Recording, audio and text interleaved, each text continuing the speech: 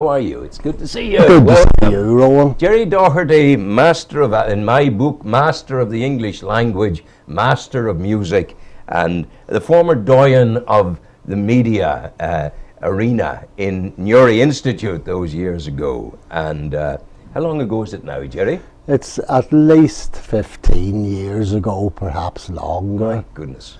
20, because we both worked there together. We did indeed, Rowan, yes. We were there at the beginning. You were my trusty right-hand man. Well, I was privileged to so be. I got a lovely, we're going to talk about Seamus Heaney. I had the most lovely Facebook thing the other day from the wife, the widow now, of Stefan Lochran. Oh, Stephen, You yes. remember? And I do, who was died murdered. tragically. He was Yes. murdered. And the woman said that the 18-year-old, the 2-week-old child that I met at Stefan's house all those years ago was now 18, and that she was going to the Southern Regional College to do exactly the same course as Stefan had done. Yes. Isn't that I think that's a wonderful tribute to Stephen, because I remember him so well and how dedicated he was. And as an adult, he came back to further his education and fitted in so well with the young people that he worked with. He's always been in my mind's eye in all the years since. Well, his death was an awful tragedy at the time, I remember. Altogether. Yeah. Gerry, Seamus Heaney, most unexpected, and he's gone from us. Yes. Well, Seamus, I presume that the media, especially today, the day that he's going to be buried, are going to be flooded with tributes to him. And in a way, I'm delighted that you asked me to come here today, because I've always followed his poetry, and maybe in a way, being an older person myself, I have my own recollections of Seamus Heaney. I did the same course in Queen's as him. He left the year before I began, so I remember very, very much Heaney's writers' sessions that he took at Queen's University in the English department under the tutelage of an almost forgotten person now, a man called Philip Hobsbawm. And I know at times Seamus Heaney has paid tribute to Philip Hobsbawm, who gave him very, very much the direction and gave him the confidence that he himself could become a full-time poet. Wow, yes. And the rigorous training that we had at that time, I think, has always been exemplified by how Seamus Heaney has approached his poetry. Very often we tend to think of Seamus Heaney very, very much as being the one who expressed the Irish, the rural Irish tradition. Now, it did that, of course, but Seamus Heaney was also a great craftsman, and he learned his craft not just through the study of Irish poetry, but through the study of the classics, of which he was a master. And he made translations, for instance, of Virgil's Aeneid. Through the study, believe it or not, of Anglo-Saxon.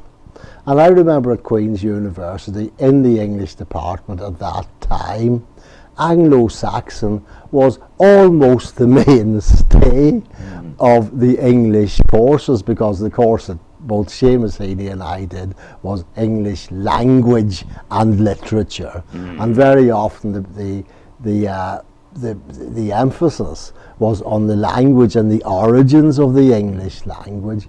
And noticing the vocabulary that Seamus Heaney uses in his poetry. You see resonances. You most certainly do. Using what you might call the basic words, those sort of sharp, rural words and expressions. An awful lot of that comes from the Anglo-Saxon vocabulary of the English language, rather than the Roman or Greek origins. Do you of remember, so many Gerry, of the words. at the time of his being awarded the Nobel Prize for Literature, within half a day of that being announced, over in the college, in the in the tech, as we called it. It was then the, what was it? It was It was the College of Further Education. You were there, and we had Radio in Newry going out as the college radio station to all of Newry, and you did a documentary on him in a very short period of time. Yeah, I remember that very well, Rowan, and in many ways I'm sorry that we never kept the tape, because I remember the announcement being made that Seamus Heaney had won the Nobel Prize on the 6 o'clock news, and our radio station ran from 7 in the morning until 10 at night. And I remember contacting, Gerry, yes, if you think about it. Well, it was indeed. When you think of it, it'd be very difficult to do it now. But we know the slavery that went into doing it. But I remember contacting you. Either I contacted you or you contacted me, and we thought, wouldn't it be a great idea to get a radio program out on Seamus Heaney? We had the program ready at 7:30 to broadcast. It was an hour's program. I remember very, very well, with many reading many of his poems, some of them very, very well known, but little discussions on his approach to his art. That may be in a way that we are having here now. And we did tape it because part of our license agreement was that all programs that we put out had to be recorded and maintained for, I think, is a couple of months to fulfill the license, but we have lost You're going to read me a couple of his poems, but it leads me to ask you if things, if his style, if his use of language changed over the years from the very first book of poetry that came out, The Death of a Naturalist. Did it begin as a more simple, rural, guttural kind of thing from rural Ulster, and did it mature into a more classical kind of thing?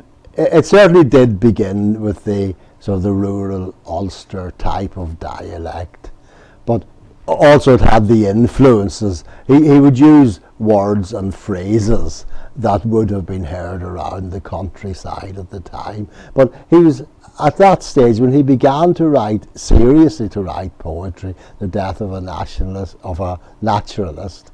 He was also, of course, a very skilled user of the English language generally. So his vocabulary was beginning to evolve, not only as the rural vocabulary, but as the vocabulary of the English man or the person who writes in English, with a very, very broad idea of the uses of language and the origin, especially the origins of words and phrases. Now, I noticed reading his later poetry, there is almost a certain obscurity comes into it.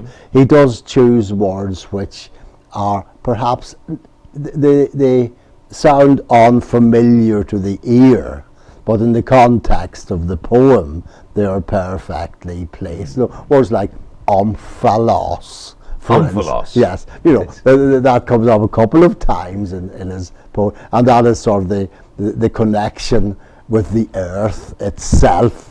And that I wouldn't say too many people around Balahi would have, or the farmers and the ploughmen would be engaging in conversation, the origin of the word omphalos. But it is a sign of his learning that he was able to use those words and those expressions, which had resonances and consonances right through the language of the Western world, and perhaps more through the great languages of the world. What's the first one you're going to do for? Well, I think Seamus Heaney is regarded as the man who wrote about the bog lands. He did indeed. But he also wrote with great sympathy for the human condition. Yes. Now, it is said that Seamus Heaney ducked the Irish question, and when he left Northern Ireland in 1972, I think it was, he was accused of betraying his people because he sort of flew off to Dublin. But he never did lose the sense that in some way he would have to be a spokesman for the sufferings of the Irish people. He never became a political speaker as such, although he had very, very strong views on it. But his idea was that, you know, we are living as human beings, part of the continuation of civilizations which have their difficulties and their horrors and their terrors, but we must never lose sight of the sympathy that one person must have for another. And the poem that I'm going to start off with is that lovely poem called Punishment. And it is about the bog people, which were found in Denmark, and they became very much an inspiration to him. What I'd like us to do, Gerry, once you've read that, Sean will play us some music, we'll take a break, yes, and then we'll come back again. Yes. That'd be good. Well, this is about the little female sacrificial victim that was found in a bog. Her throat had been slit, and there was a noose tied round her neck, and he wondered why she was killed. Was she a sacrificial victim? Was she perhaps a member of an opposing tribe and was murdered simply because of that? And that, of course, the body under the ground, being found after a long time, immediately has resonances today for us, because of course we are still in the process of looking for the disappeared in Ireland, and some bodies have been found and some haven't, but there's always that point that we see of the great excavators going in and digging. And this, of course, brings us back to one of Seamus Heaney's great ideas, and perhaps one of the constant strands of his poetry was the man digging further and further down. So this is the bog person. I won't read the whole of the poem. It's called Punishment. Little adulteress, before they punished you, you were flaxen-haired, undernourished, and your tar-black face was beautiful. My poor scapegoat, I almost love you, but would have cast, I know, the stones of silence. I am the artful voyeur of your brain's exposed and darkened combs, your muscles webbing, and all your numbered bones. I who have stood dumb when your betraying sisters, called in tar, wept by the railings, who would connive in civilized outrage, yet understand the exact and tribal intimate revenge. Stay with me, Gerry.